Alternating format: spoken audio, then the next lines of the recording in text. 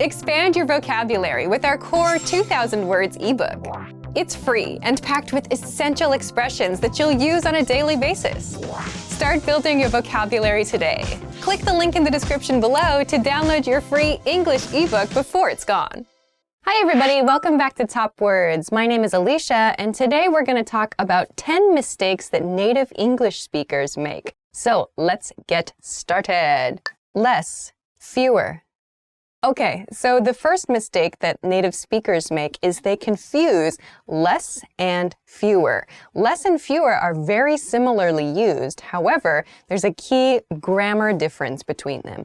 We use the word less to refer to uncountable nouns, a quantity of uncountable nouns. We use fewer for countable nouns. So for example, to use fewer, I could say, I made fewer mistakes on this test than I did on the last one. And to use less, I could say, I made less money last year than I did this year. So when you want to make a comparison with a countable noun, when you want to talk about a smaller quantity of something or smaller amount of something, with a countable noun, you should use fewer. If you're talking about an uncountable noun, you should use less. So please be careful. Less and fewer. Less uncountable, fewer countable. Your. The next pair is actually a spelling-related mistake. It's your and your. So Y-O-U-R and Y-O-U apostrophe R-E. Your is the possessive, like something that belongs to you is yours, your item. Y-O-U apostrophe R-E is the contracted form of you are. You are great. You are funny. You are tired, for example. Native speakers often make spelling mistakes because these two words sound the same, but actually they're grammatically different. So, another example sentence. Your performance was really great. My parents think you're great. My parents think you're great. So here we have the apostrophe R-E, your. So please be careful. Native speakers often make this spelling mistake. There. Okay, so the next mistake that many native speakers make is, again, a spelling-related mistake. It's with the three types of there. There's there, as in over there, a location. There's there, T-H-E-I-R, the possessive form, something belonging to them. And T-H-E-Y apostrophe R-E, the contracted form of they are. Native speakers often make spelling mistakes with these three words because they sound the same. There. They all sound the same, but in terms of grammar, they have different functions. So, in an interesting sentence, you could say, they're in their car over there, or they're over there in their car. Oh. So, we can use all of these words in the same sentence, but in order to correctly express the meaning, we need to make sure the spelling is correct too. It's. The next mistake that many native speakers make is a punctuation mistake, usually. The difference here is between it's with an apostrophe and it's without an apostrophe. So the word it's with an apostrophe can be the contracted form of it is or it has, depending on the sentence. It's with no apostrophe just means the possessive form of something. So something which belongs to it, some it outside this discussion. So native speakers often forget which one gets an apostrophe. Does the possessive get an apostrophe or not?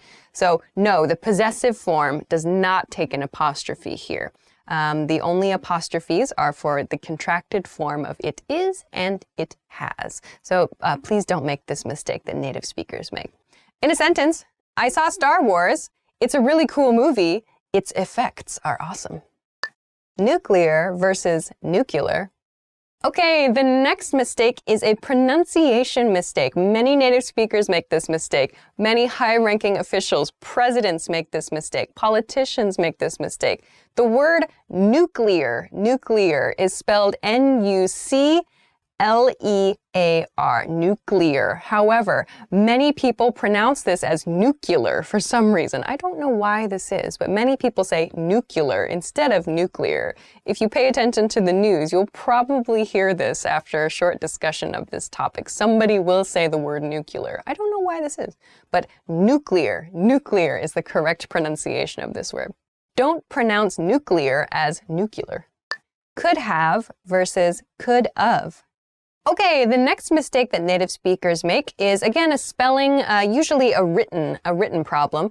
It's could have and could of. Could have and could of. So actually, could of is the mistake here. We don't use the could of. Could of is not a grammar point here.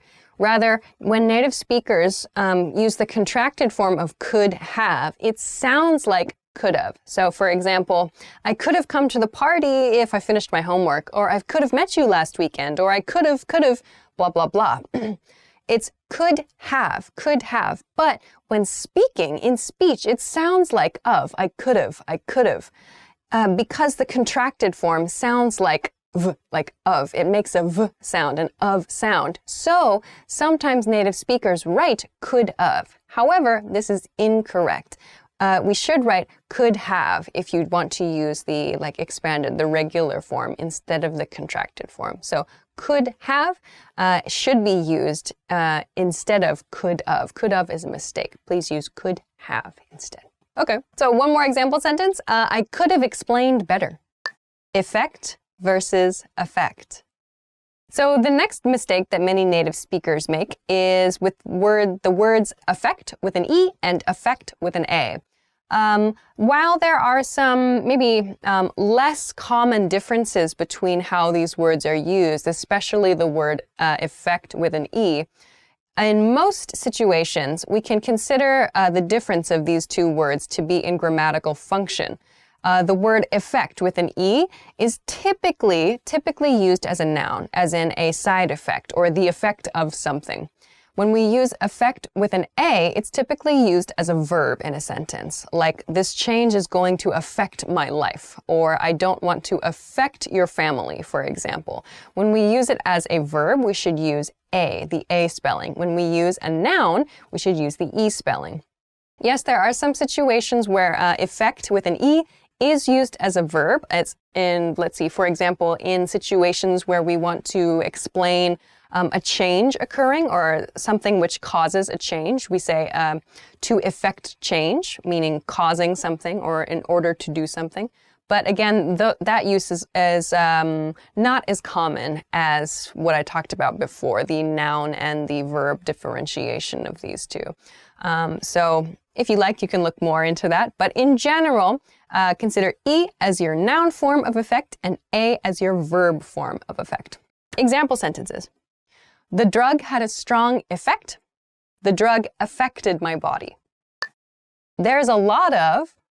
So the next mistake that people make is they begin a sentence with there's, there is, the contracted form of there is. They say there's a lot of, and then they complete the statement with the plural form of a noun, like there's a lot of people in here, or there's a lot of blah, blah, blahs, like cookies in the kitchen. The problem here is that we're beginning the sentence with there's, there is, the singular form, there is. So that means that the noun that follows that phrase also needs to be in the singular. There is a something. We can't use the plural form here.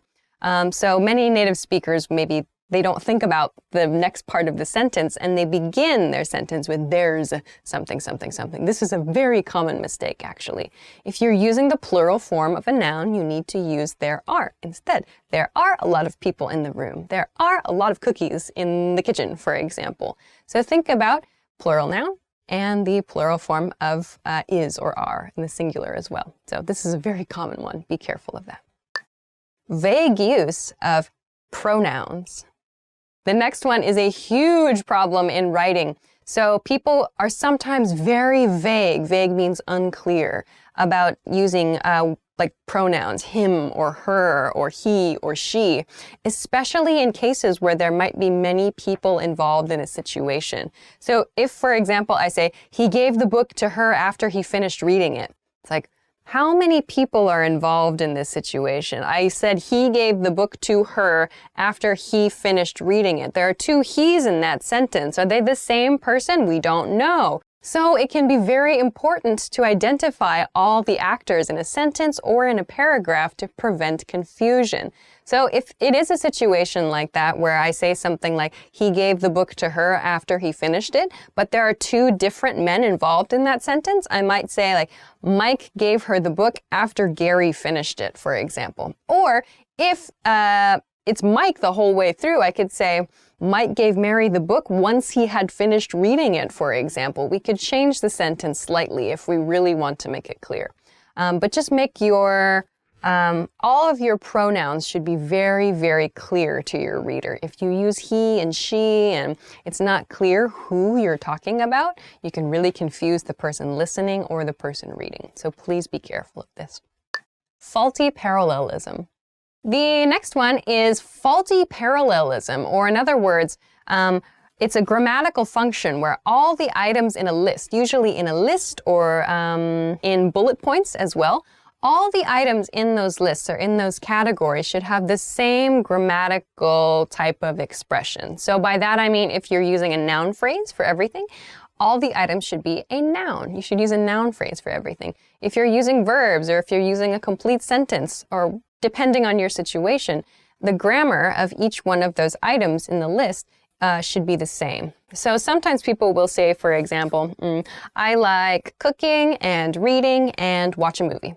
The problem here is I've used cooking, reading, so these are two, like I'm using the gerund form, so they're essentially like nouns. So cooking and reading and watch a movie. So watch a movie sounds similar, like these are three hobbies. I like to watch a movie, for example. It sounds kind of similar. We don't have a problem in communication really. But grammatically, watch a movie is different from cooking or reading. So to fix this, we say, I like cooking, reading, and watching movies. So just make sure that everything that you're introducing in your list matches grammatically, and this won't be a problem for you. So yeah, if you're using all nouns, make sure you use all nouns. So just be aware of that. That's something that many native speakers run into as a problem sometimes. So those are 10 mistakes that native speakers make. Have you ever noticed a native speaker making a mistake? It happens. It really does happen from time to time. Let us know in the comments. Or if there's another mistake that you feel that you make a lot, let us know too, and maybe we can talk more about that in the future. Thanks very much for watching this episode of Top Words. If you liked this video, please make sure to give it a thumbs up and subscribe to the channel too. And also check us out at EnglishClass101.com where you can find more resources, more grammar, audio, worksheets, all kinds of good stuff as well. I will see you in the next episode. Thanks very much for watching. Bye-bye.